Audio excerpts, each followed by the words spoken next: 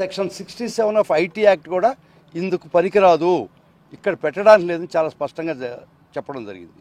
కానీ 2 సెక్షన్లు ఉన్నాయి.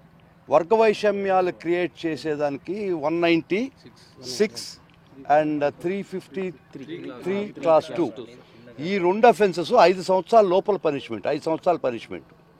వాటికి అర్నేష్ కుమార్ జడ్జిమెంట్ అని సుప్రీంకోర్టు వారు జడ్జిమెంట్ ఇచ్చాం.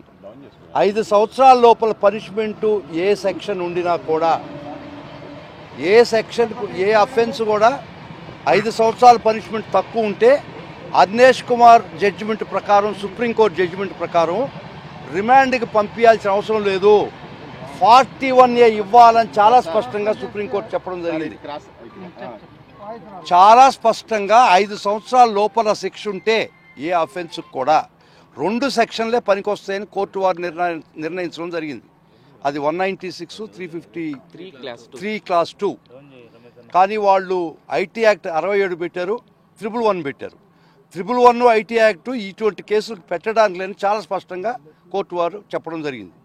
కానీ ఈ 2 సెక్షన్లు 5 years పనిష్మెంట్ లోపల ఉన్నాయి కాబట్టి, దాన్ని ఆయన నమ్మినాడు కాబట్టి, కోర్టు వారు నమ్మారు కాబట్టి నేను రిమాండ్కి పంపిస్తున్నాను ఆర్డర్ ఇవ్వడం జరిగింది. దానికి ముఖ్యంగా మేము 5 years అఫెన్స్ ఏదైతే పనిషబుల్ ఉంటుందో దానికి అర్నేష్ కుమార్ సుప్రీంకోర్టు వారు చెప్పినటువంటి తీర్పు ప్రకారం రిమాండ్ చేయడానికి లేదు, 41A పంపించాలని మేము చాలా తీవ్రంగా వాదనలు వినిపించడం జరిగింది. కానీ మా వాదనలు సుప్రీంకోర్టు జడ్జిమెంట్ ప్రకారం కూడా మేము చెప్పిన వాదనలు పరిగణలోకి గౌరవ కోర్టు వారు తీసుకోలేదు. కాబట్టి ఆపరేషన్ సక్సెస్, పేషెంట్ డెడ్. కానీ ఇంత సుదీర్ఘంగా ఎందుకు వాదనలు? ఇది స్టేట్ స్పాన్సర్డ్ కేసు అండి. ఇది ఎవడైనా కంప్లైంట్ పెడితే కంప్లైంట్ రోల్ చేస్తారు, ప్రాసిక్యూషన్ ప్రాసిక్యూట్ చేస్తుంది.